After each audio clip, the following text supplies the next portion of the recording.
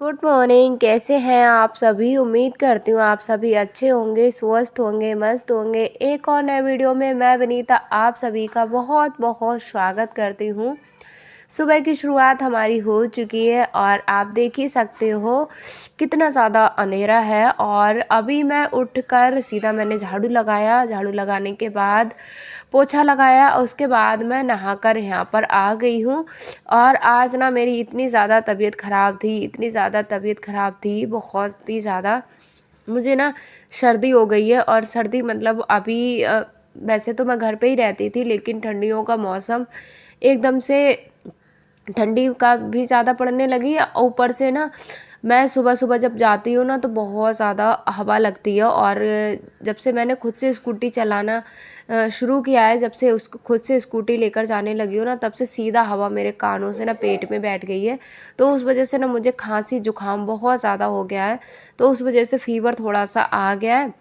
तो मैं उठ गई थी, लेकिन वही है, अपने काम तो डेली करने ही हैं। अपना काम होता है तो चलो कहते हैं मन नहीं है नहीं करेंगे, लेकिन जब हम पढ़ाई नौकरी या जॉब करते हैं तो हम बंदिशों में होते हैं। और वैसे भी मुझे नहीं लगता कि हाँ मेरा स्कूल में जाके ना टाइम अच्छे से कट जाएगा, क्योंकि सुबह मुझे क्या करना है, अगर मैं नहीं जाऊँगी ना फिर भी मुझे 11 साढ़े 11 बजे ही जाएंगे, तभी मेरे घर के सारे काम होंगे। स्कूल में अगर जाऊँगी तो मेरे काम सब 7 बजे ही हो जाएंगे। तो मैंने कहा स्कूल ही जाना सही है और मेरा टाइम भी कट जाएगा, छुट्टी भी नहीं लगेगी। तो इस वजह से मैं उठ गई थी। उठने का मन नहीं था तो इन्होंने कहा मैं उठ जाता हूँ तुम्हारे साथ, तो थोड़ी हेल्प कर देता हूँ। तो उस वजह से इन्होंने थोड़ी हेल्प कर दी। मतलब कुछ काम इनने कर दिए थे, कुछ काम मैंने किए, तो मेरा काम था वो सारा हो गया था। और आज खाने में कुछ ऐसे इतना ज़्यादा बन भी नहीं रहा था। तो आज मैं आपको वो बातें बताऊंगी जैसे जो 20 बातें ऐसी जो खाली समय में अगर हर औरत करती है तो उसका जीवन बदल सकता है। खाली समय में करने वाले वो 20 काम जो आपकी ज़िंदगी को पूरे तरीके से बदल सकते हैं। और इनमें से कुछ काम मैं भी करती हूँ। मैं ये नहीं बोलूँगी 20 काम मैं बताऊँगी तो आपको 20 करना है। आपको जितना पॉसिबल हो रहा है, आप जितना करने में सक्षम है उतने कामों को कर सकते हैं। तो सबसे पहला हमारा जो काम है वो है रोज़ 10 मिनट ध्यान। रोज़ 10 मिनट आप ध्यान ज़रूर करिए। देखिए इससे हमारी जो है याददाश्त होती है वो भी तेज़ होती है। और 10 मिनट ध्यान करने से ना हमको बहुत ज़्यादा सुकून और शांति मिलती है। तो आप सुबह उठिए, थोड़ी देर 10 मिनट के लिए आप ध्यान करिए, ईश्वर का ध्यान करिए।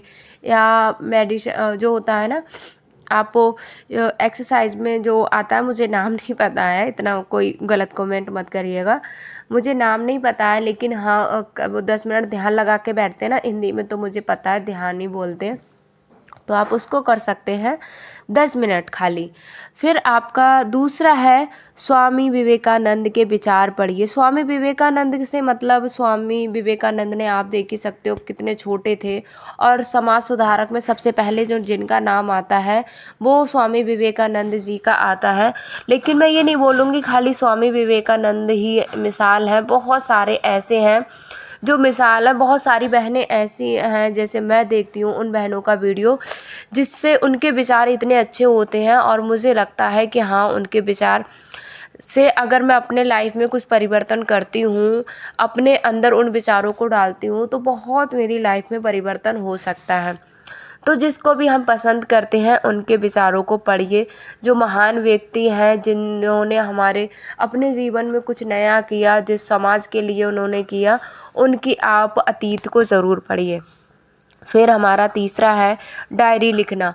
कभी कभी क्या होता है ना, हम मन की बातें ना किसी से कह नहीं सकते हैं, तो हम अपने मन में एक घुटन की जैसे रखते हैं, तो उनको आप डायरी पे उतारिए, उन पे आप पेन द्वारा कागज़ पे उतारिए।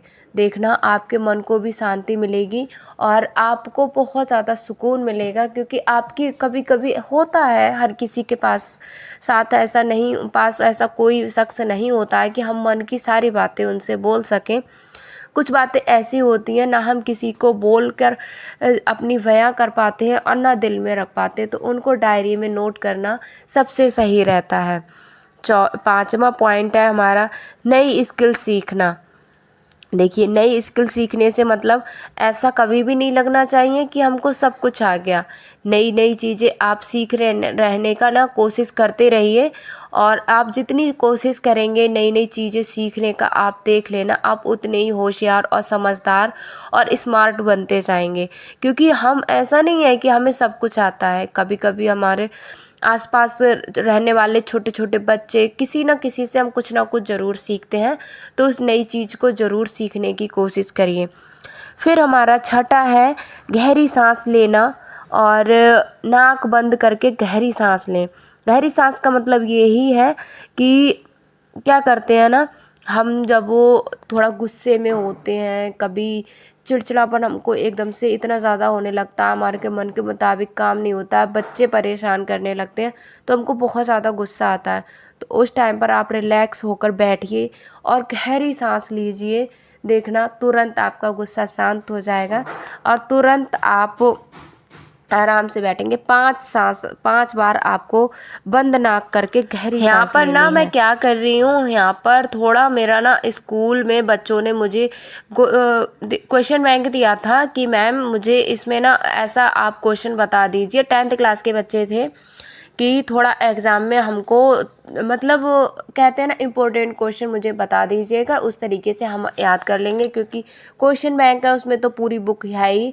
तो आप उस तरीके से बता दीजिए कि हमें याद करने में दिक्कत ना हो, कुछ संक्षिप्त रूप से आप बता दीजिए। तो मैंने कहा था चलो अभी खाना बन रहा है यहाँ पर, मैं इसको भी कर लेती हूँ साथ ही साथ। तो ऐसे ही भाई टाइम निकालना पड़ता है, ऐसा नहीं है कि हमारे लिए टाइम अलग से होगा। 24 से 25 घंटे बना दिए जाएंगे अगर हम कामों को बढ़ा लेंगे। 24 घंटे में ही हमको मैनेज करना पड़ जाता है कुछ एक्स्ट्रा काम भी। फिर हमारा 7वां पॉइंट आता है। 7वां पॉइंट में आपको आता है रोज़ 10 पेज किताब ज़रूर पढ़ें।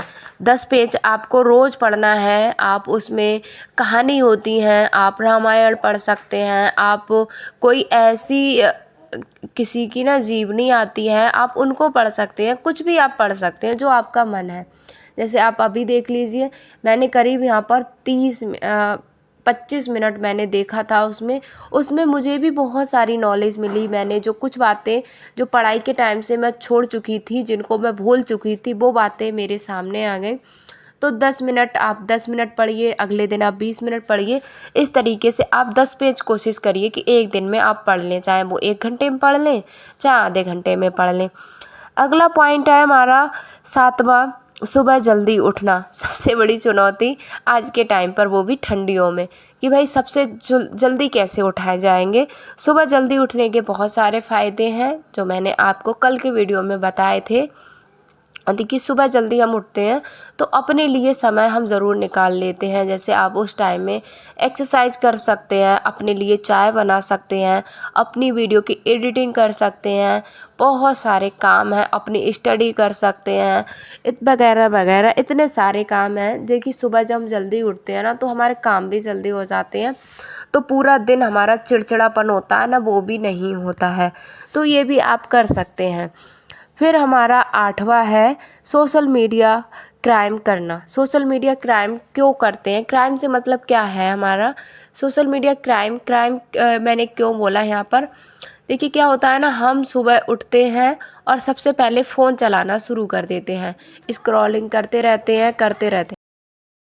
उसमें ना हम बहुत ज़्यादा अपना समय बर्बाद करते हैं। आप 2-3 घंटे बर्बाद करते हैं। देखिए, जो सोशल मीडिया है और यूट्यूब हो गया, मोबाइल का प्रयोग आप सही तरीके से करेंगे। जैसे अपने काम की चीज़ें देखिए, जब भी मोबाइल को आप ऑन करिए तो आप ये चीज़, ऐसा नहीं है कि हमने इंस्टाग्राम पे जो है रील्स चालू कर दी तो स्क्रॉलिंग करते रहे 2 घंटे 3 घंटे हमने उसमें बिता दिए। घर के काम का अता पता नहीं है, कुछ समझ में ही नहीं आ रहा है कि कैसे क्या करना है। तो इस तरीके से आपको नहीं करना है, बस जितना काम है उतना ही मोबाइल को यूज़ करिए। फिर हमारा है 9 है डेली वॉक या व्यायाम करना। डेली वॉक या व्यायाम, आप थोड़ा सा भी, अगर आपके पास 5 मिनट का समय है तो आप 5 मिनट ध्यान लगा लीजिए और आप 10 मिनट के लिए 5 मिनट के लिए ही वॉक कर लीजिए। आप अपने बालकनी में, छत पे या बाहर रोड पे, घर में कहीं भी आप वॉक कर सकते हैं।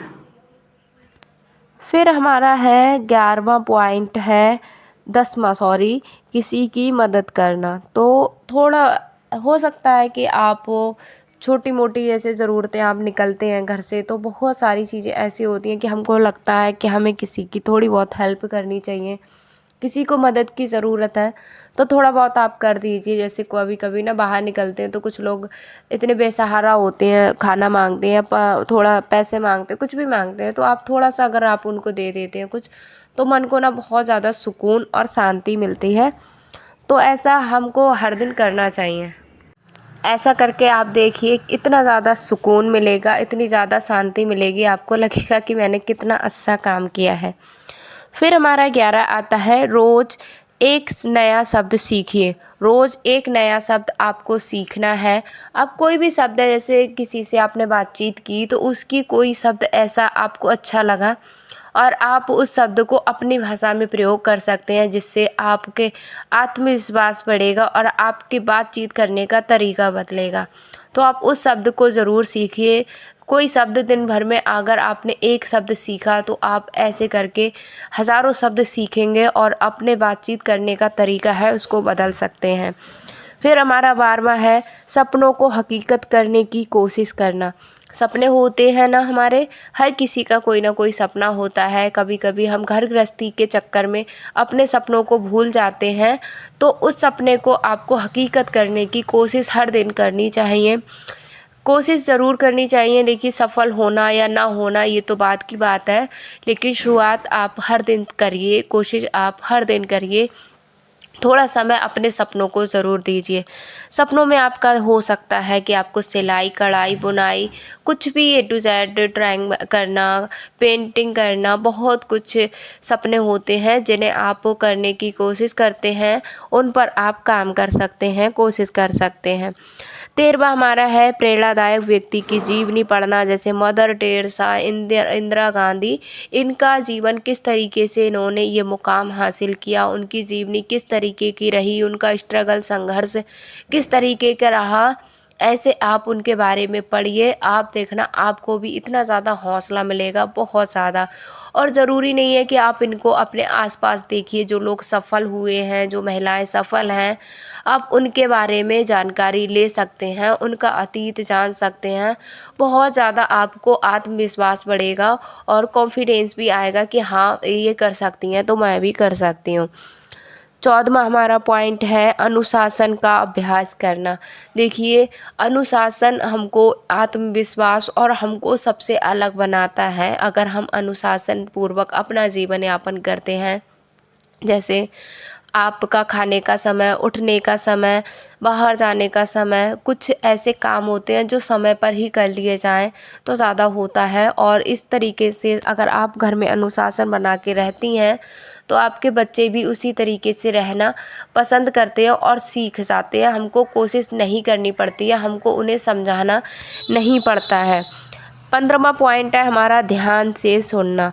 ध्यान से सुनना, कभी कभी क्या होता है, हम ना इतनी हड़बड़ी में ना अपनी बात बोलते जाते हैं, अपनी बात बोलते जाते हैं और सामने वाले की सुनते ही नहीं है।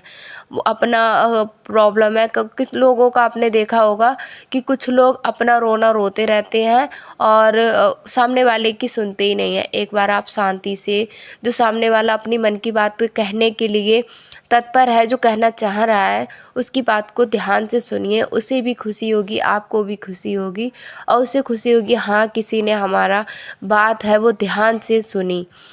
तो ध्यान से सुनना भी बहुत अच्छी बात है। ऐसा नहीं है हमेशा बोलना ही सही नहीं है।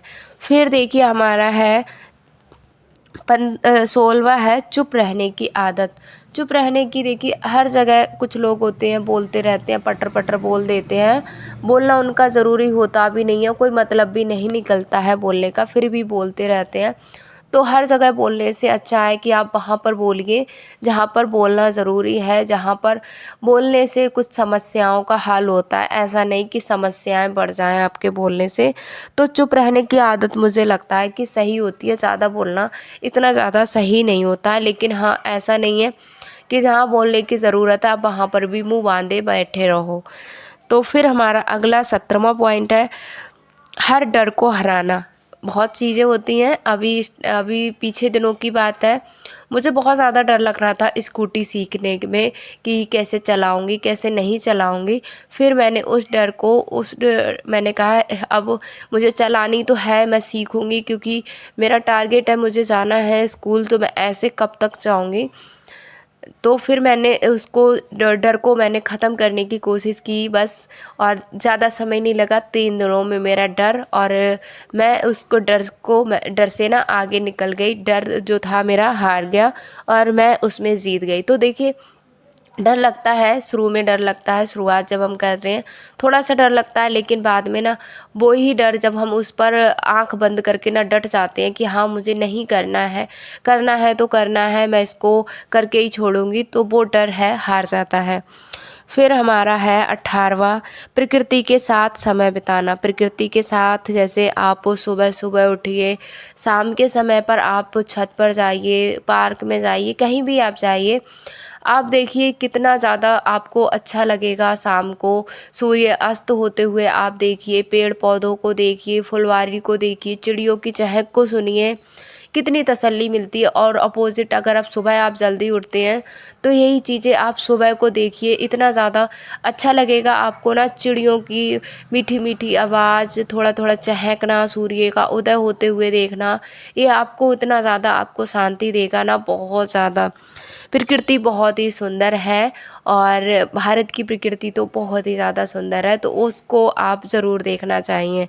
फिर हमारा 19वां है, अपने फैशन पर काम करना। फैशन में हमारा बहुत कुछ होता है, जैसे सिलाई करना और मेहंदी लगाना, पार्लर का काम करना, पेंटिंग करना, बहुत सारे, किसी किसी को रेसिपी बनाना, नई नई रेसिपी बना के ना ट्राई करना, किसी किसी को नए नए ड्रेस बनाना, न्यू न्यू डिज़ाइन के बहुत कुछ, जैसे किसी को क्राफ्टिंग का काम आता है तो ना ये करते रहते हैं। तो आप उन पर काम कर सकते हैं, अपने फैशन पर आपको काम करना चाहिए, क्योंकि अभी आपके पास समय है, फिर आपके पास समय नहीं होगा। फिर हमारा है यहाँ पर, देखिए, तबीयत ना थोड़ी फिर से ख़राब सी होने लगी थी, फिर से मेरे थोड़े ना दर्द होने लगा था, सिर में बहुत ज़्यादा दर्द रह रहा था, तो उस वजह से। फिर हमारा 20वां है, आभार व्यक्त करना।